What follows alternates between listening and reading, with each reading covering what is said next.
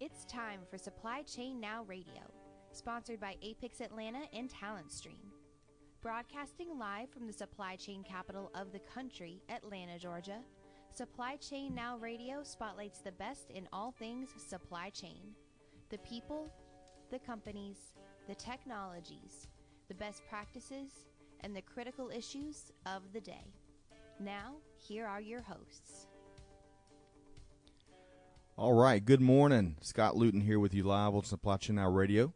Welcome to the show. We're glad that you've chosen to join us today on another edition of our Tech Connect series. We are broadcasting live from an innovative blockchain solutions provider who is bringing the blockchain to supply chain. We're broadcasting live from BlockNets in beautiful Alpharetta, Georgia, on a pretty frigid Georgia morning. Be sure to check us out on Apple Podcasts, iTunes, SoundCloud, Google Podcasts, soon to be Stitcher. We'd love for you to subscribe so you don't miss anything. To listen live, in case you're listening to a replay, to listen live, it's very easy. Go to supplychainnowradio.com, hit the big red button where we typically feature our next show, and it's all downhill and easy from there. So let's say good morning to my talented co-host this morning, Ashley Libke, Chief Visionary Officer at Vision Media Group. Good morning, Ashley. Good morning, Scott. Glad you are here. Good to collaborate once again. This is episode 60 for Supply Chain Now Radio, and it's been a pleasure to keep growing this Tech Connect series. Yeah, we're getting some exciting topics. I'm really excited for today's show. Absolutely. So who do we have on the show today? So today we have Bob Betts. He is the founder and CEO of BlockNets, and we're going to explore the interesting world of blockchain. And we have Jeff Harvey, and he is with SAP Leonardo, and they're really leading the charge around how to use IoT and blockchain, and it's going to be an exciting conversation. Big show. Two big technology leaders, and it's great to be here. Great to be hosted by BlockNets, which has been on quite a tear here lately. Look forward to diving more in to that with Bob Betts.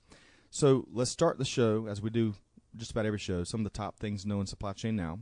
And I want to lead off with a couple things, and then I want to pick your brain on a big event that you're speaking at. We're going to be in Orlando, Florida next week with Velocity 2019. I've been invited to sit down on a talent and supply chain panel. We're really excited about that.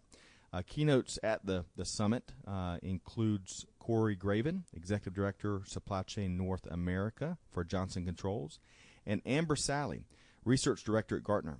You can learn more at velocity-conference.com.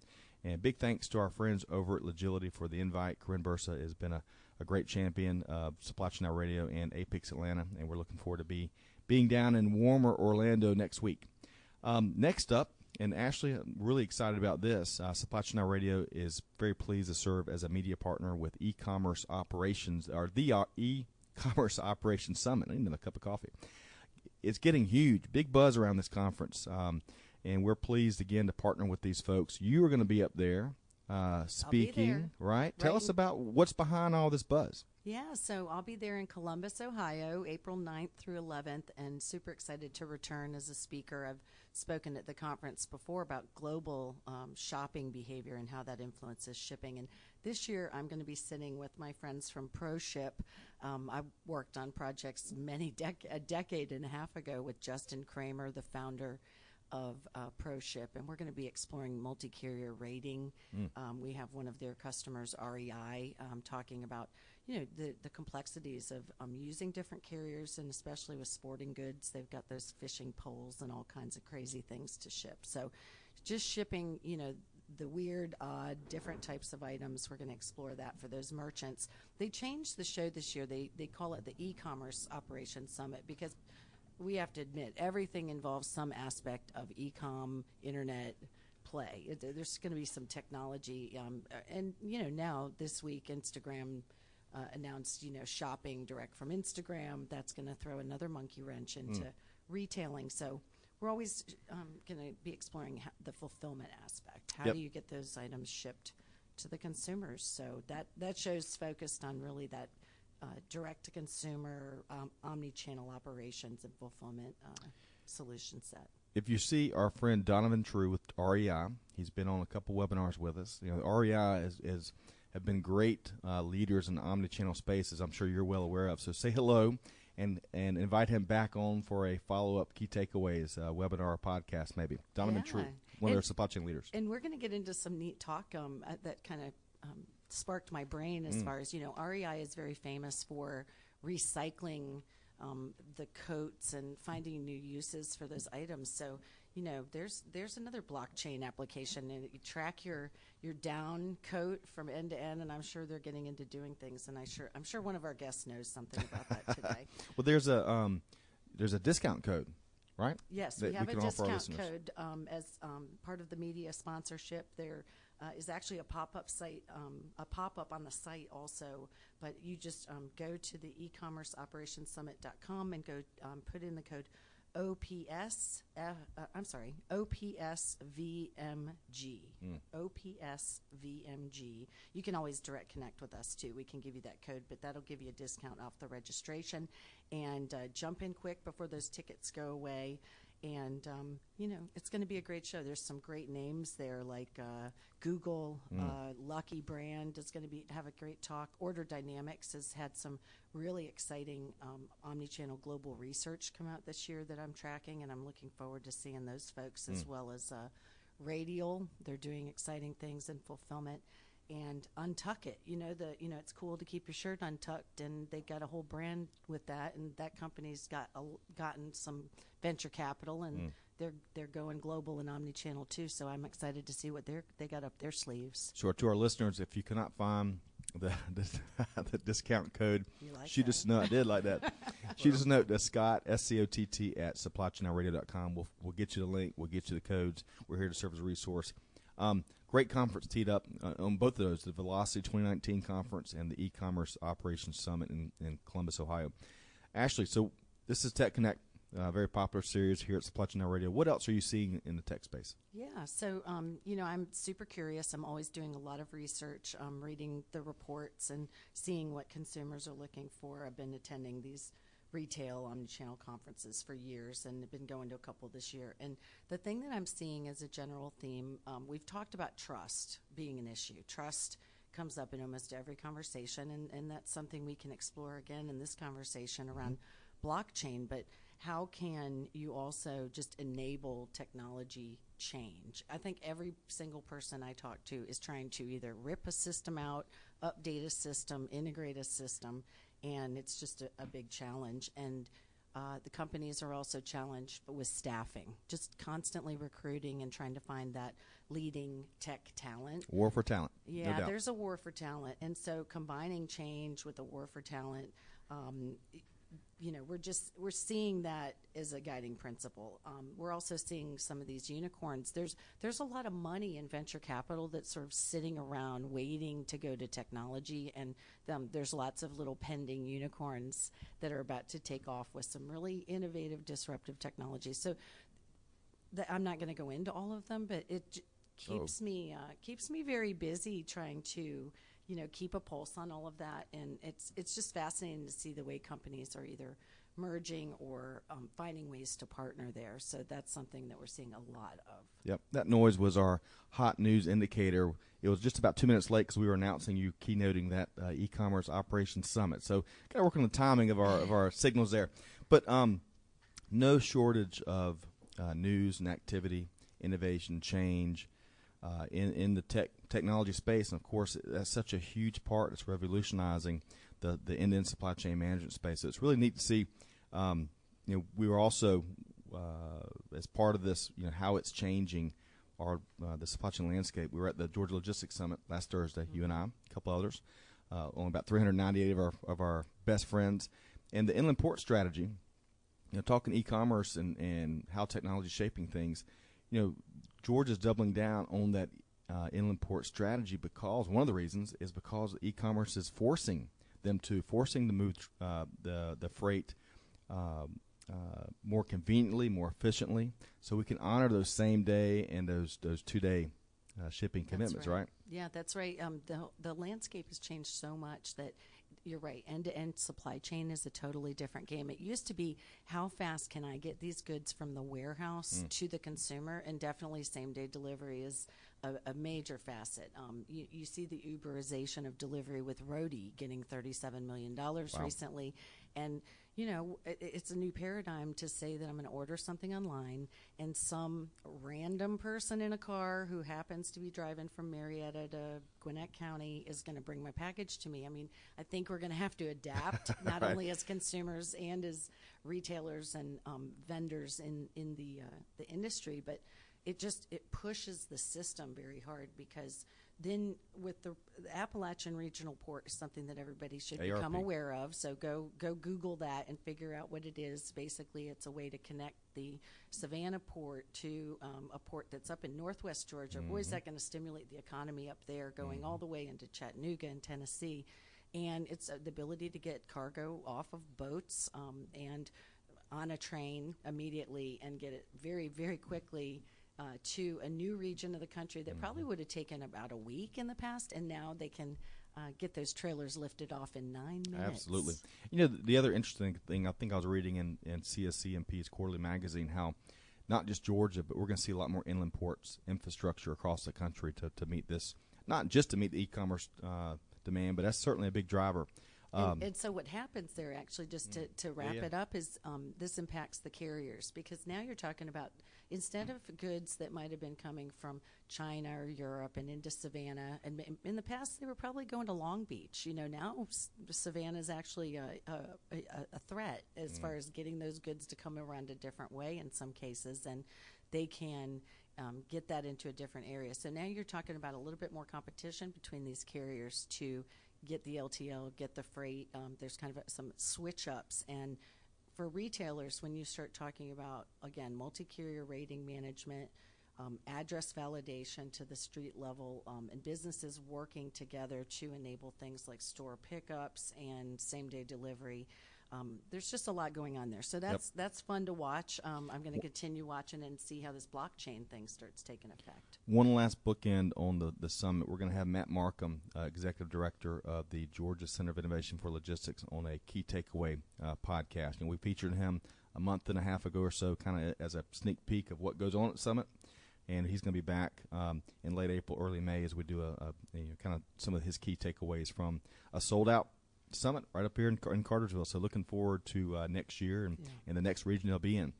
Last week also, Ashley, the Atlanta Supply Chain Awards. Wow, what an incredible event there. We enjoyed that. We've got a lot of fantastic content from that event. But big winners from Haverty's Furniture, who won for Supply Chain Innovation of the Year. Huddle House, Inc. won for Warehousing and Fulfillment Excellence. Georgia Quick Start, long time. You talk about economic development, secret weapon here in the state of Georgia. They won for Workforce Partner of the Year. On that note, the Georgia Manufacturing Appreciation Week banquet is going to be April 18th, which is kind of a really big annual deal that Quick Start drives, where they're celebrating the small, medium, and large manufacturer of the year. And planning for 2020 has begun. So we're on the clock to announce the details for next year. So we'll see. But it was great to see you, great to plan throughout, and great to put a spotlight on all these companies that are in the trenches fighting these supply chain battles day in and day out. Yeah, we can learn a lot from them. It's fun to do it through an awards ceremony and then get to meet some of those great people. Our industry is awesome. Absolutely. And the UPS team, great to see them take the award for forwarding, which is a really challenging and evolving industry. And great to have them come out. It had an army of UPSers come out and celebrate that win, so that was really neat to have them be a part.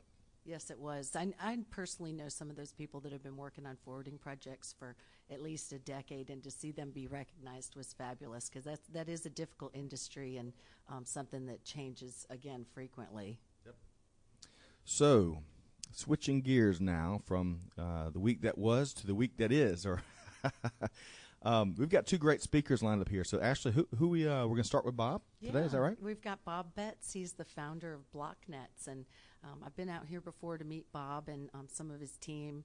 We videotaped and did a short video. You can check that out on our Facebook and for Supply Chain Now Radio. So they've got an incredible demo set up here. I mean, I've been in technology for 20 years. I've never seen a demo set up. So welcome, Bob, and thank you for joining us today. Thank you for coming, and I'm glad to host you. Yeah, I guess, or thank you for hosting us, exactly. So, Bob, when we were here before, we got to see this incredible display of the technology that you have in play. But let's back up. Let's talk a little bit about your background and how did you come into blockchain and why are you here in Alpharetta, Georgia?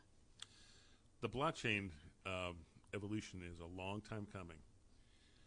For 20 years, I've been trying to find a vehicle where you could reach down into these long supply chains and actually integrate these small companies economically. If you do a lot of supply chain, you do a lot of networking, basically the only way to do that in the past has been through fairly complex EDI. Takes a long time, it's very expensive to maintain, and the smaller companies really struggle with it. So it's been very, very limited. And then when you look at the planning software and you look at the supply chain operations, a lot of that to date has been focused inside the four walls of the enterprise. Now, it's great software. You need it inside the four walls. Believe me, you got to have it. But nowadays, I think of it more as the ante into the table. It's not going, it'll help you, but it's not going to differentiate you from your competition anymore. Now you've got to be able to, especially the companies with these long supply chains, you've got to reach down and know what every part's doing, where every part's from, and what it means to you. That's why the blockchain network's important. Now I can do it economically. We can track with certainty exactly what's happening, and we have an immutable record all the way from end to end. Really exciting stuff. Now, if EDI was a little complicated, and I've seen EDI in process, it usually takes a certain type of operator who has a little bit of training in how to process not just the data, but the interface where you're going to see the data. How did you find people to work with you on blockchain? It's so new. Where do you find people? That has been the challenge. You talk about the skill war that's going on and the talent war that you're in. I found the first gentleman at a hackathon. I was up there talking about blockchain and what we're doing and what we're thinking about doing in the aerospace world. And everybody's aptly paying attention, studying, worrying about what I'm saying. And here's this guy sitting in the corner. Type, banging away on the computer. And I watched him for about 10 minutes. And the only thing I could think of is, well, he's either doing something important or he's checking his email. But I must be pretty boring. But after I got done talking, I went over and sat down next to him, asked him what he was doing. He was writing an Ethereum contribution and posting it to the GitHub. So I talked to him for about 10 more minutes, figured out that's my first guy. And what is an Ethereum to a GitHub? Ethereum. Thank you. I was just nodding my head like that's okay. Ethereum is one of the blockchain technologies. It's a set of protocols. And a GitHub is actually where the public contributes their software to the overall cause. And John, the gentleman I'm talking about, he had contributions to the Hyperledger. He had contributions to Ethereum. He had his own way to create smart contracts long before. So I looked at this guy and I'm going, he's my kind of guy. He's like your blockchain influencer. Oh, yeah. But John could take not just a concept. He could take it from concept all the way and get the code done. Now, I actually talked to him for a few minutes over in Huntsville and then came back to Alpharetta and thought about it a little bit more. And I asked him if we could meet the next week and hired him, literally, in another hackathon. So John and I have been on this road for just a little bit over a year. And in that time, we have found the other people we needed, both the front-end people, because now you have to have new, easy-to-use front ends if you're going to have applications that these small companies can use. And you have to have a very, very good back-end person.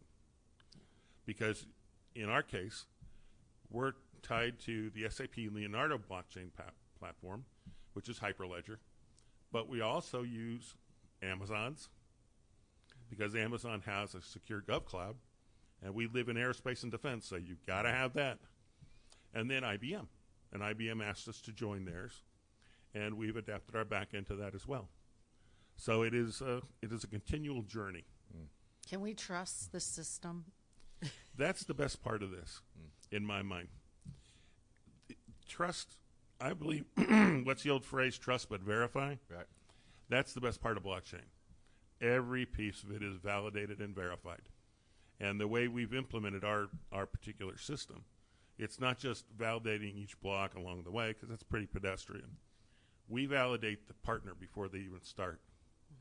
So you know whoever's on your network is validated. They're supposed to be there. You know exactly their role and their responsibility in the entire system.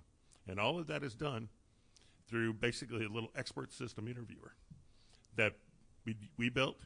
It builds them into the network, and it takes very, very little mechanical work to bring up the blockchain and start the nodes. Two-step authentication. At minimum. Believe me, when you start looking at some of the intellectual property that goes on a blockchain, things like, in fact, we were talking about this with a customer just a couple of days ago, 3D printers. When you start storing 3D printing files, and then they want to be able to print a part anywhere in the world, you've got to guarantee that printer file cannot be corrupted in any way. So you have to have this seamless connection between the blockchain and the printer. Well, most of the time, there's a PC sitting there, right? And that's what drives those printers. Well, we're working with Intel to take that PC out of there and build basically an intelligent blockchain adapter that will work on our system and actually pull the file right out of the blockchain right into the printer. No hands, no PC, no nothing. So now you have a secured connection again, just as an example. And you don't have that 486 30-year-old printer that's No. running. Not even a Pentium. No, Intel is providing us some of their most advanced technology. It's really quite exciting. And all the software development kits we need to layer our code on top to make that an absolutely seamless exercise. Using, by the way, all 4 of the authentication keys that are available to us within the blockchain technology. That's fabulous. I'm curious, is there any biometrics getting incorporated into some of this now? 2 of the companies that we work with have asked us to give a biometric interface. In other words, instead of a logon ID and password, they want to be able to use your thumbprint or whatever. Also, they would like the biometrics as a secondary authentication key for the data release. We can do that. We do not have that in our software right now, but we want to do that as part of our third-party release mechanism. Yeah, as prevalent as facial recognition, retina scanning, and thumbprint is, that it's pretty standard fare. So it seems ripe for the picking for certain type of products. The place where we've actually been asked to do this, especially the facial, which actually scared me a little bit, was in medical devices. Because the nurses want to be able to pull the mask down and get access to specialized medical devices. Things like artificial knees and how you align the artificial knees and hips and things. There's a lot of equipment that goes into that. All of it's specialized. So they want to be, because they don't want to touch anything, they just want to pull their mask down, log on, and have it be distributed to them. Another whole set of use cases. But right now we're focused on what we're focused on, which is really very heavily on the aerospace and defense, preventing the counterfeiting, getting the counterfeit parts out of the system, preventing them from entering in the first place, and securing the intellectual property that the companies have that participate in these chains. So why do you think that blockchain has been misunderstood lately, as far as, where the initial conversations had come around Bitcoin and, what's the new paradigm as far as, is there a mental shift where people are starting to understand that this is, I saw it in action. I thought, wow, this is a really neat way of showing data that's coming in real time, almost in a feed, which many other technologies do. It's not so Martian, and it is easier for the user to get access to data. It seems like it would be easy to query, sort of by getting into the back end of a schema or a database. Why has it been getting such a weird rap, and why are people so confused about everything? It reminds me a lot of the Open Systems Networks challenges way back in the late 80s, early 90s. You know, at that time, IBM controlled darn near every data communication system in the planet through something called SNA. Well, along comes this stuff called TCP/IP, and all of a sudden, companies started trialing it, and they were worried about security and layers and all the same things you hear about the blockchain. It is part of what I think of as the normal evolution of new technology. Mm-hmm. The only difference in the blockchain is it is radically new. It's not an evolution. This is a step, because there is no relational database. So you're abandoning almost this concept of relational databases that's been around since the 80s. Now your code has to work differently. Your software has to work differently to people, but you got to hide all of that from the users so that it looks very simple to use and you can adapt the networks and get everything online without anybody really having to deal with it. That's the trick. And unfortunately, the Bitcoin stuff gets all the press. Right. So every time we're in front of someone, they ask about the Bitcoin, you know, how does it work? What does it mean? And it really, you know, we explain to them it's just an implementation of the blockchain technology. In fact, we try to stay away from the term blockchain and use distributed ledger, because that really helps divorce it from the Bitcoin. Go ahead. No. Well, I was just going to add, you know, Bob said blockchain wasn't new, and it reminds me of this neat, real neat article in this Supply Chain magazine, CSCMP, where the approach was, the idea came up in 1991 as a way to timestamp documents, but it all of a sudden became, the application and approach became more relevant. And this article goes on, which is a really neat read, goes on to talk about UPC and all the other technologies that are more relevant today, but they were invented decades ago. But all of a sudden, the application and new ways of leveraging that technology all of a sudden becomes more relevant. So it challenges its readers to, don't disregard any of those technology breakthroughs in the past couple of decades, because you never know what opportunity may arise. All of a sudden, there's a new application for it. Well, this is one of the breakthroughs that the distributed ledger will enable. You know, everything, if you think about it, has gone from mainframe to client server. Client server was a big evolution. Now you're looking at peer-to-peer. And when you go to peer-to-peer, you've got to secure the network, but you've also got to make sure that the peers can cooperate and work together. That's the next set of applications. And that those peers can work with the existing technology, because you can't just jump off the edge of the cliff here. You know, in big enterprises and big systems, they have a long heritage with the enterprise resource planning systems like SAP. They've got thousands and thousands of people invested in them, and you can't get rid of that data. They've got decades of data in there. The ERP's got to be part of it, but the ERP can't always drive it. The ERP is a peer, and by participating as a peer, you now have all that data and all those great applications available. Now you're supercharging them almost with this all-new set of data that's coming in from across the network. That's what gets me excited. Yeah, so between a distributed ledger and supercomputing power that we have, we can do things faster, lower cost, quicker implementations. How can people learn about distributed ledgers and technology like blockchain? Where do you suggest they start to start maybe seeing some of this? The first place to go is always, where do you go? You go to Google, right? Everybody goes to Google. There are some really very, very nice videos out there now that explain how the Hyperledger works, for example, or the blockchain, how they'll kind of demystifies all the math and the hash codes and things like that. It makes it relatively simple. I like those a lot. Plus, companies like SAP and IBM and Amazon have done a great work on basically making it so you can understand how to originate and how to source all of those, how to source a blockchain and get the basic information. Exciting. And we understand that you're maybe writing a book. You have maybe I think you have some patents, don't you? BlockNets has 5 existing patents. We will apply for probably another dozen or so. In fact, the only constraint we have are people. Writing patents and things like that take away the time from writing software and serving customers. And we're still a small, moving fast, but a small company. So we've got to manage our resources. And I'd rather write new software and get new customers than necessarily worry about a patent right now. So yeah, we're very, very focused on that.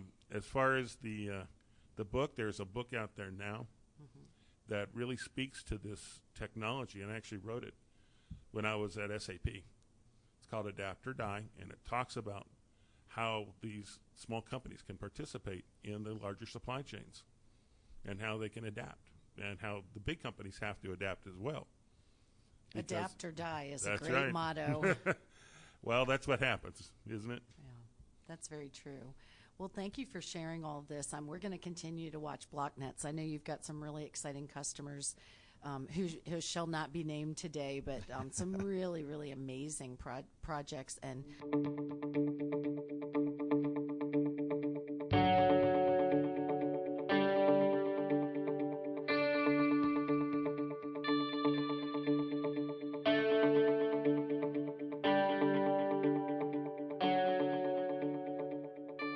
This episode of Supply Chain Now Radio is brought to you by Apex Atlanta, an Association for Supply Chain Management organization.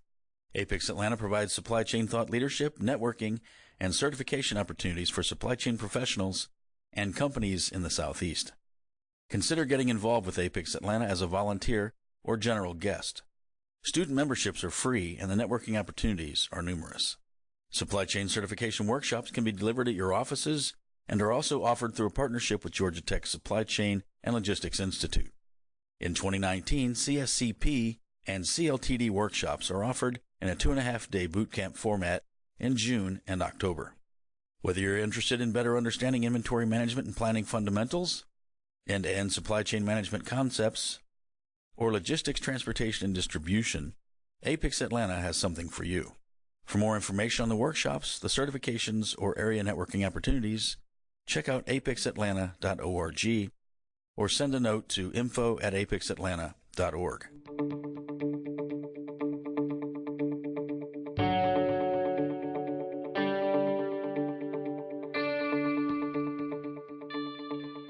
I'm excited also to hear from our other guest, Jeff, here, who's representing SAP and talking about some of the neat company applications that they've had over there. So let's switch it up and roll on over to our next guest. Good morning, Jeff. Thank you for joining us. Good morning. Good Great morning. to be here with you. Glad to have you here. Bob, thanks for hosting. It's my pleasure. Thanks for coming, Jeff. Absolutely. So next guest on Supply Chain Now Radio is Jeff Harvey, Chief Operating Officer of SAP Leonardo. Great to have you, Jeff. We really enjoyed the warm-up conversation, a really neat video that really illustrates some of the things you're going to talk about. But we'll save that for maybe later in the segment. But so tell us about your priorities this week. What do you jump out of bed looking to help companies do? I think, as we've been talking here so far with Bob and your questions around this, right? These are new topics, and with that, there's certainly uncertainty, right? People are trying to figure that out. But with it, for what excites me and gets me fired up to go and engage with customers on it, is it represents a new value opportunity for those accounts, for those customers that can lean in, they can figure it out, and determine how can I apply this new technology, even though some of them may be old, capabilities that were defined, not yet fully understood at the time. Right, sure. But now they're coming back, and we say, okay, I can now see how I can use that, and I can use it, as I showed you that video earlier, one of our customers, Bumblebee Tuna and Bumblebee Foods, to differentiate themselves in the market, to be able to provide transparency and visibility and integrity of their products to the customer at the end of the day, with just a complete and open supply chain.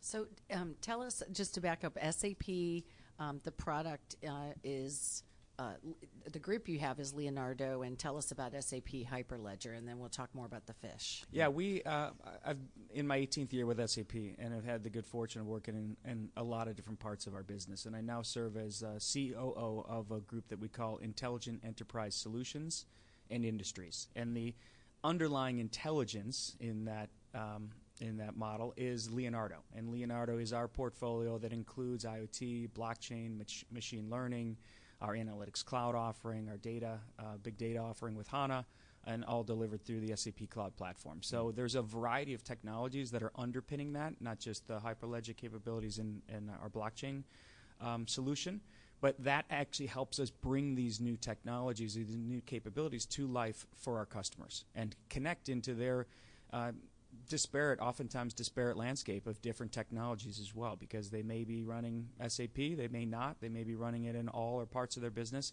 And so we've got to be open, flexible, agile in that way to be able to use open APIs to plug in easily and to be able to bring that transparency and that capability to life. As Bob mentioned, even for companies that are small, and many of their suppliers may not even have an ERP, right? They're running off an Excel spreadsheet or some other Office application, but they may be a big contributor to the blockchain with the information that they're putting in. And so we've got to make it very clean and easy and frictionless for them as well. Because as consumers, I think we do want to know more about the products that we buy because the data is becoming available. So like you said, as a company, it becomes a differentiating factor how much detail that you can give about your product. And people have this ethical sustainability sort of a warrant that, so I think the tuna fish is a good example. People want to know where the fish was caught. The fisherman becomes, this collector of data kind of almost unwittingly. Tell us a little bit about what we saw in the video and that process of how that important data gets used. What's the problem challenge that Bumblebee is trying to solve for? Yeah, I think in their case, they wanted to, and this is something they've done for a number of years. It's on their products today to be able to go out and trace my catch is a capability they had. And it's a manual process. You'd go and run that down. Now they want to actually really open that up so that you can, if you're a retailer or you're a shopper in a grocery store and you're considering buying some tuna steaks for dinner this weekend, and I want to be able to go scan a QR code and I want to see where was that fish caught?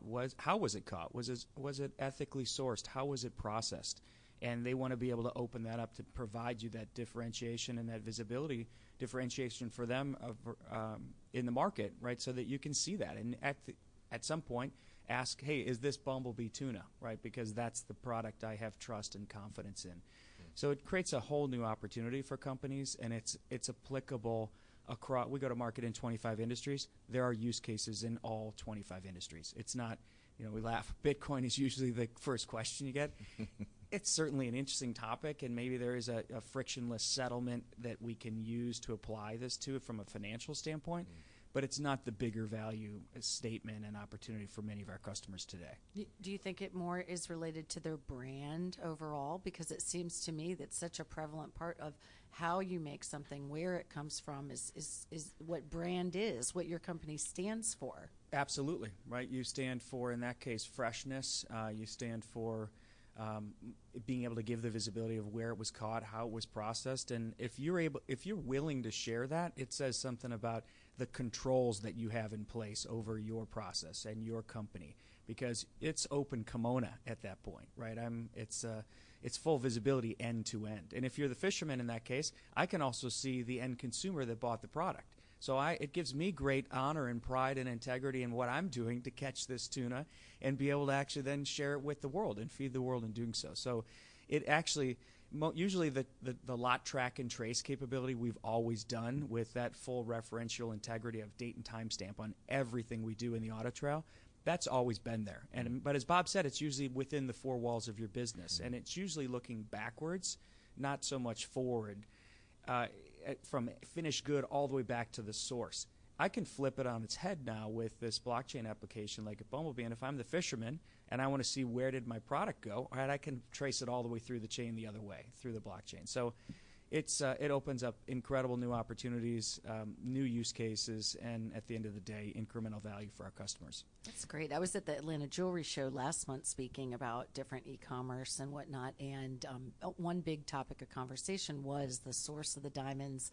A lot of semi-precious stones and the designs they're doing are supposed to be exclusive and unique, and they're using these all different types of metallurgy and 3D printing and processes, and it's neat to think about the application that they could have there. I didn't see any blockchain at the jewelry show yet, but I think it's coming. I think that is something people want to know if they have a one-of-a-kind ring, where all the stones were, and it's almost part of the fanciness of it and the value. I was a CIO in the jewelry industry way back when, and the GIA certification of that stone is something that people pay a premium for, right? They want to know that the stone is as it's represented. Right, And color, clarity, and all those things. Exactly. And so that's all part of it, right? But that was document-based. Like you said, this was time, date, stamp validation of a document. But the document can be manipulated. And this is actually taking it back to a full track and trace. And what if you lose the document? Well, now it's in an electronic record. It's digitized. It can't be compromised, and it truly lives on with the asset, whatever that asset may be. So we have a new friend in the diamond business with There you go. Jeff Harvey, right? If I can go back a little bit and shift gears, going back to the Bumblebee food story and that video, which is available on YouTube.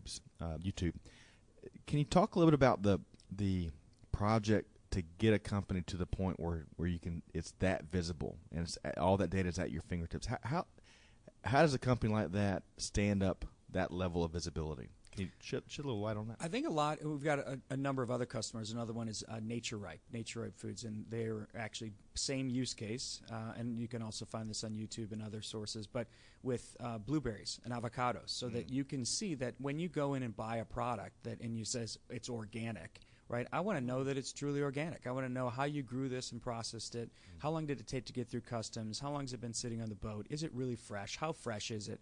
Right? So that I can see all of this. Now, as Bob mentioned, the data's in the systems, most of the systems today.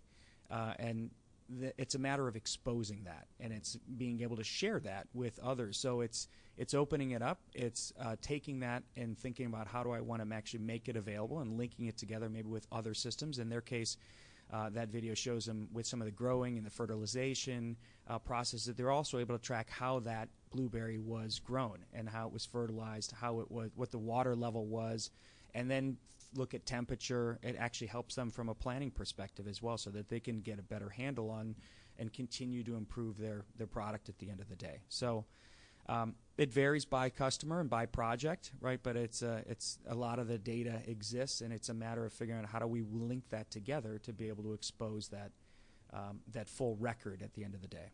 Now you've got a bunch of successful use cases across industries. I'm sure many companies are clamoring to figure out the internal change that they need to make, usually starting with scoping some project and putting it together. But it seems like this technology is fast to implementation. Once they figure out what question or problem they're trying to solve is really, I guess, the issue at hand is what are you really trying to accomplish? Exactly. And then from there is where maybe the jump gains come in with blockchain. We usually start with a design thinking process, right? A one-day workshop, and we get into an environment that helps customers iterate on and identify, like you said, actually, a problem worth solving, right? What is that? We build a quick prototype. We do that inside of 2 to 3 days to say, all right, this is what we defined. This is what it would look like. Does this capture what we're after, right? And then take that into a further evolution that we actually deliver something that we can go and test out, but in a very lean and agile way. And there's use cases everywhere. Think about pharmaceuticals and counterfeit drugs. You mentioned counterfeit parts in A&D, right?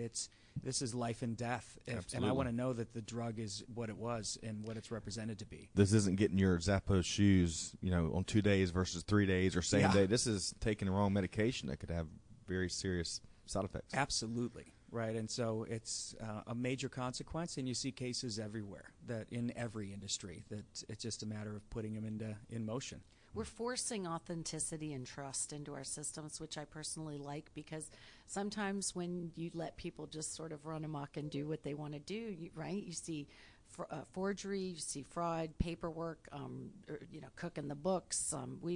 For us older folks who know what that's all about, who watch things in the 90s, and we've seen some of our financial systems fall apart. I think this, could be the answer to many prayers, but, I think Bob over here and Jeff are kind of saving the world. Yes, I agree. So on that note, you can't have any, I think it's federal law, you can't have any supply chain discussion without mentioning blockchain. I think that's federal law now. But to the naysayers that still believe, and we all have them, that blockchain is just a fad, speak to that. Speak to why is this as revolutionary as I think all of us sitting here at this table believe it is. Well, maybe go ahead. All right, I'll take a whack at that one first. I think, again, I'll pull back to what I saw in all the other revolutions and pieces of new technology. Sure. Everybody says, well, it's not going to really go. It won't go. It won't go. And I saw with the open systems, the client server stuff, it took decades for some of these to hit. Blockchain is a little different. First, with the naysayers, what we do, just like Jeff was talking about, yeah, you can say no, no, no, or maybe I can do nothing for a while. But what's happening is there's so many proof points that are coming to bear. You hear the new proofs of concept that are coming along. And what you see are the new value propositions Jeff's talking about. Now, it's not a technology question. It's a question of competitive value of your company. Now your competitor's doing this. They're making better. Your stock value goes up. Their costs go down. Okay, now I got to go dance. Keeping up with the Johnsons and supply chain. It is funny how much that really is becoming part of this discussion, because some of the value propositions are radical. Yeah. Because of this amount of data and how fast you can pull, something we've not even talked about yet, how fast you can begin to apply the higher level analytics, because now you've got all this very, very high quality data available that your competitor doesn't have. All of a sudden, you're making better decisions. Your supply chain's operating much more smoothly. Your product quality's going up. And it's very visible now to your customers. Yeah, the S&OP people are really kind of wrap their heads around how to use this. Oh, For sure. This is going to radically change S&OP. Yeah. And then they're going to have a fiduciary responsibility to check it out. That's a good point. Yeah. I think it'll become part of the experience, right? It's part of the experience that the consumer will want. They're going to want to go look at, as I'm considering what I'm making or eating today, or a product I'm buying, a drug, whatever it is. I want to scan it, right? And I'm going to have trust and confidence in those brands that can give me those capabilities. And those that can't, I'm going to question, right? And maybe it's going to affect my decision making at that point. And I think that drives it more than anything else, because as this becomes part of everyday life, it is something that people are going to come to both rely on and expect. And that's what we're helping our customers get ahead of and take advantage of those opportunities so that they can use it now, even in early days, as a differentiator. Well, I hate to keep going back to a YouTube video, but that really, being a visual, tangible person I like to touch and feel, I could see how, whether it is a company that wants that, or if it's a consumer that wants that makes us feel better about what we give our kids to eat and what we put in our bodies and stuff. I would argue nothing is more relevant than transparency and that level of detail and having that data at your fingertips so that you can be flexible and nimble and put something in a headlock when you need to, to solve a problem or to provide details or you name it. I mean, I think everybody across that end-to-end fish supply chain benefits from that type of data transparency. Yeah, well, consumers have been proven to be able to absorb tremendous amounts of data. We can process 1,000 images a second. My with our wife brain. would argue my ability to do that, but that's. But some of us, I mean, some of us can process lots of That's data right. and have that curiosity to know and infusing a brand with data behind the scenes where you have insight to it. I think you're right. Transparency, not just where it was made, how it was made, that it was not illegal slaves or something like that. We want to know. Sure. It Yeah. creates Some an of us. emotional bond. too, Especially right? when you can. It's You know, right. it's one thing if it's like 1985 and that what we all want is not able to be had. Yeah. But to Bob's point, when other companies are doing it and it's very visible and it's there for the taking if you want to be a party, that really, there's a lot of demand there. Well, one of the things that we've always talked about in the supply chain world is having that consumer be part of your supply chain. Okay, and now what's happening is the consumer's driving the supply chains, but now they're also part of the information chain that goes with it. We all carry these little supercomputers around with us now. That's true. They're now all available, which, by the way, is part of the change that occurred over the last decade. Now you have that portal constantly available for information. And you want it, you want more and more information about everything you do in your life. Yeah, if you're going to put my whiskey in a barrel for 35 years, I want to know what kind of barrel it was. It better That's be true. a really good Really, barrel. yeah. It You're wasn't right. plastic. It That's didn't right. absorb any chemical It properties. had wine in it for the Right. century before, That's right. right? Well, absolutely. She's got that process Hey, it is down. Friday. So if I can change gears as we're looking to wrap up this segment here, IoT, obviously, no, this is not new for anyone here. I was reading a different study published by IFS, and they had surveyed about 200 organizations, really focusing on IoT. And while they found that usage was up, which was pretty intuitive, they found that only 16% of these organizations, I think it was mainly manufacturers, had tied in their full IoT data stream, 16%, directly to their ERP. So of course, really leveraging all of that. Just want to throw that out there for commentary. What do you think we're going to see those companies? Is it a problem of folks not having their ERP configured in an optimized fashion, and so they're hesitant to dump all this data into it? Is it a integration issue? Is there other hesitancies out there? Can y'all comment on that for me, if you would? Yeah, I think maybe a couple comments. Sure, Jeff. It's again helping us enable our customers to change business processes by using this stream of data. But if you can't capture and cleanse and start to normalize the data, all it is more noise faster, right? It's a bigger headache. Sure. But it enables us, if we can capture it, and we're doing this, we can change processes from preventative maintenance to predictive maintenance, right? From quality management, testing after the fact, to predictive quality. And we've got new capabilities and new offerings out that help our customers do that. So if I can actually change the model from preventive maintenance, to predictive maintenance, Absolutely. it's a game changer, right? It's And a think about, lifesaver. how do I I mean- deploy my people? What inventory do I need to keep that machine up and operable? And I'm able to take the data that's streaming off these IoT sensors, whether it be heat, vibration, emissions, just product flow rates, whatever the case may be, depending upon the use case, and put that into a model that we can actually start to make better informed decisions and ultimately automate those, so that I can use machine learning and I can use predictive analysis, that I can actually tell you when something's about to happen based upon not just the mean time between failure and the statistical analysis of years past, but actually looking at the stream and what's actually happening, right? Which is, again, another game changer. Because tech and data used to put these little speed bumps in front of us. It was like, okay, we just got a data dump. We got to do a report. And you did stop. How long did it take you to cleanse and find the needle in the haystack? And right. now you're talking about more of a super highway. You're It's talking real about time. enablement for Right. this predictive analytics, and again, the S&OP. Audubon. That's great planning. Exactly. Going in light of the Boeing tragedy, when I was in the Air Force, I was assigned to a data integrity group. This is back in the late 90s, early 2000s. So back in the era where big data was still a cliche and folks were throwing it out there. It was like a Terra. Yeah. So what we were doing is we were downloading massive troves of maintenance systems data to look for trends within the components, within malfunctions, to try, to your point, Jeff, to try to get out ahead so that we can pull these planes in and fix these systems proactively, rather than pilots have to deal with a failure mid-flight, mid-mission.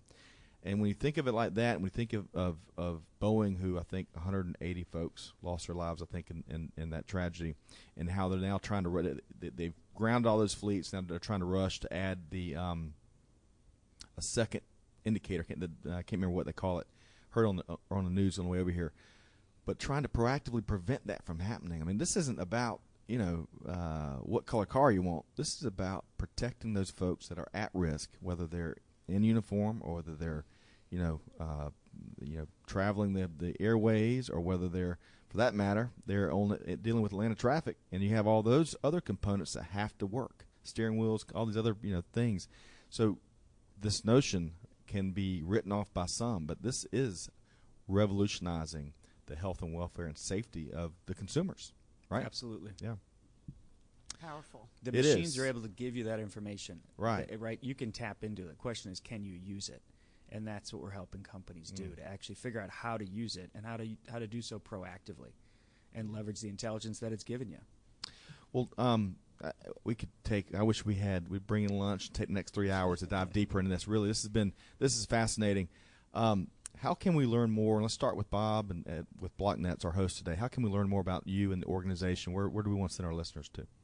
Well, the first thing is obviously you can go to our website. We've got a fairly good setup for learning about use cases, how the use cases apply across multiple industries. I would also encourage you to watch LinkedIn, especially here in Atlanta, because we'll be periodically holding open houses, just like we did about second week of December. Love it. And the purpose of which is to actually see it all work. That fabulous demo that I got. Yes, I really encourage. neat. That's exactly it. I encourage everybody, check that out. And your web address for the listeners is BlockNets, BLOCNETS.com. Thank you.